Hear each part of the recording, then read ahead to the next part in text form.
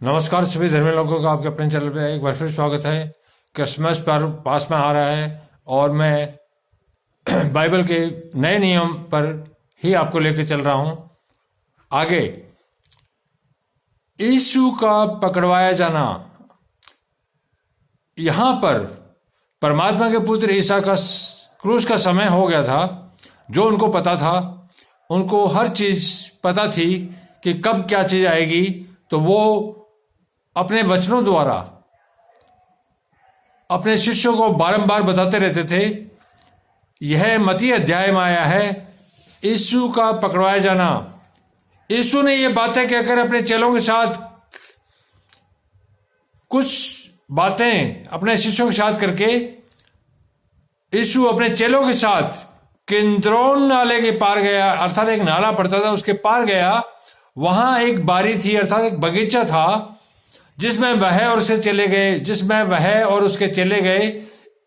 इस बारी में, अर्थात इस बाग में, वो अपने चेलों के साथ अक्सर आता जाता रहता था।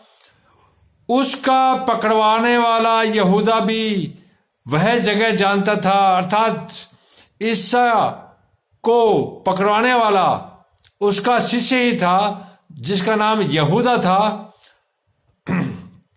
वो उस जगह को जानता था, क्योंकि यीशु अपने चेलों के साथ वहां जाया करता था। क्योंकि यीशु उसको साथ लेके अपने चेलों के साथ वहां अक्सर जाते रहते थे, उस बारी और अर्थात उस बाग में।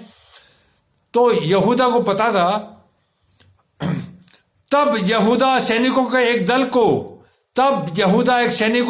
को, क्योंकि यहूदा का मकसद कुछ चांदी के टुकड़े लेके ईसा को पकड़वाने का था, और यह धरती का सबसे बड़ा पाप था अब तक। एक दल, तब यहूदा सैनिकों के एक दल को और प्रधान याजकों और फरीसियों की ओर से प्यादों को लेकर दीपकों और मसालों और हथियारों के लिए वे वहां आया।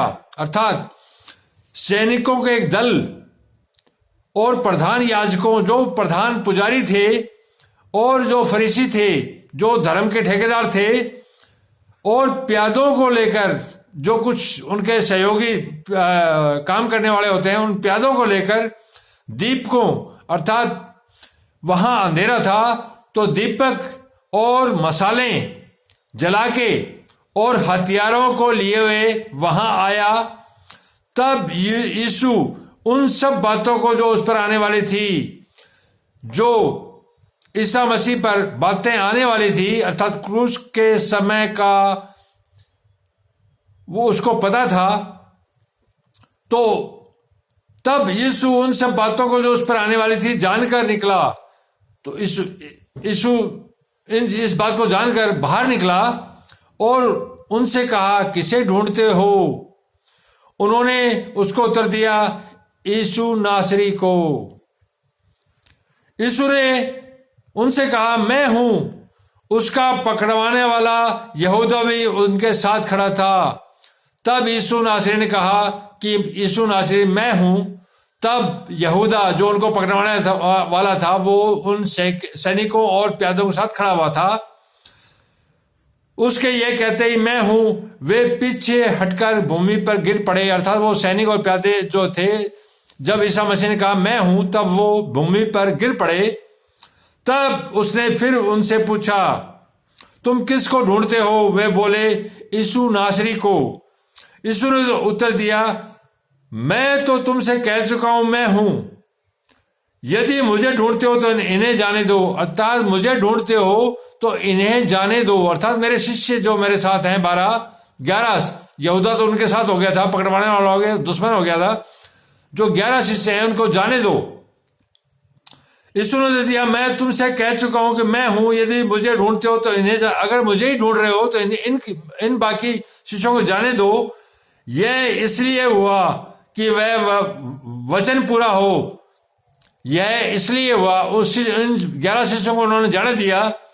यह इसलिए हुआ कि यह वचन पहले आ चुका था। यह वचन नहीं, यह जीवित वचन है जो होके रहा।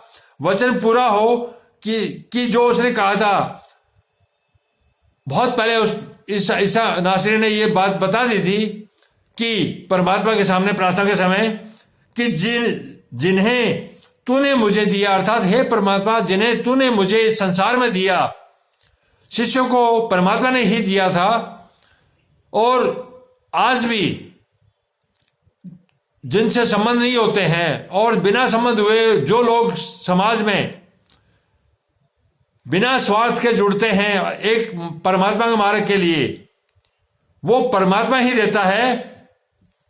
आप कितनी कोशिश कर लो आपको कोई नहीं मिलेगा।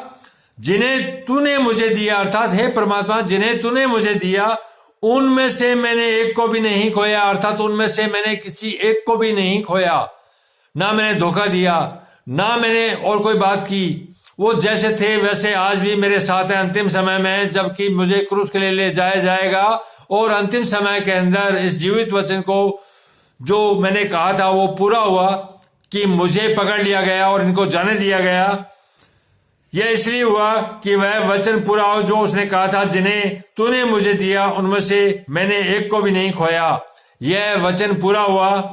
तब शमौन पतरस ने तलवार जो उसके पास थी, जब शमौन पतरस ने जो तलवार उसके पास थी, शिष्य के प्रिय, ये यीशु के नासरी के प्रिय शिष्य थे पतरस, तब शमौन पतरस ने तलवार जो उसके पास थी खींची और महायाजक के दास पर चलाकर उसका दाहिना कान उड़ा दिया। अर्थात महायाजक के जो महंत पुजारी था मुख्य, उसके दास पर चलाकर उसका दाहिना कान उड़ा दिया। उस दास का नाम मलखुस था। उस दास का कान काट दिया उसने तलवार से। तब यीशु ने पतरस से कहा, तब यीशु ने अपने शिष्य पतरस से कहा, अपनी तलवार म्यान में रख। जो कटोरा पिता ने मुझे दिया है, क्या मैं उसे न पीऊं?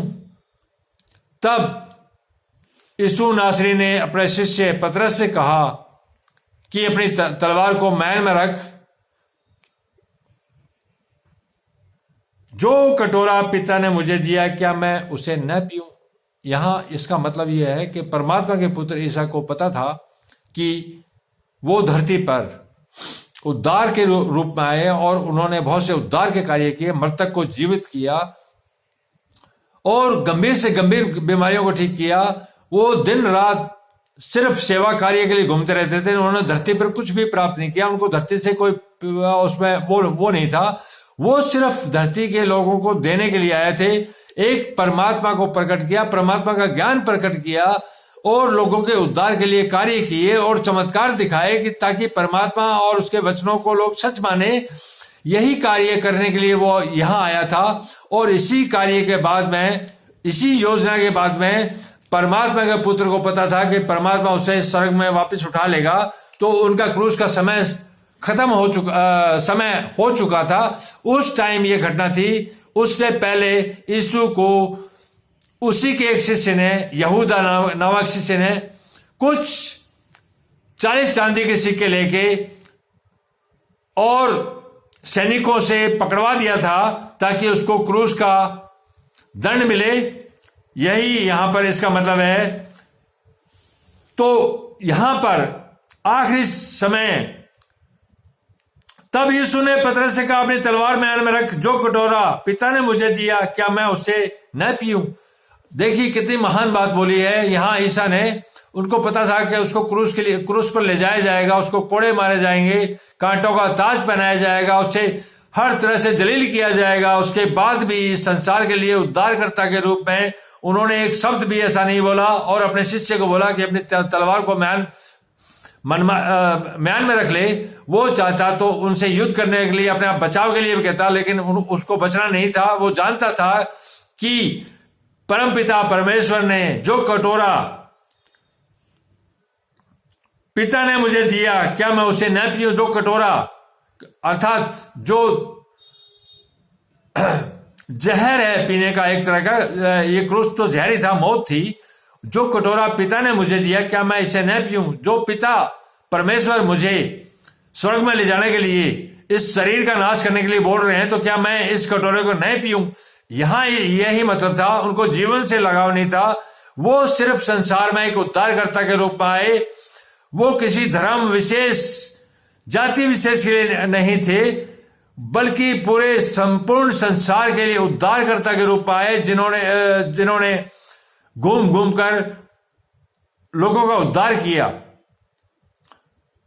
आज भी वो संसार में इस परमात्मा के वचन के साथ जीवित है, क्योंकि क्रूस के तीसरे दिन वो जीवित हो गए थे और संसार में घूम फिर के आज भी वो एक उद्धारकर्ता के रूप में कार्य कर रहे हैं।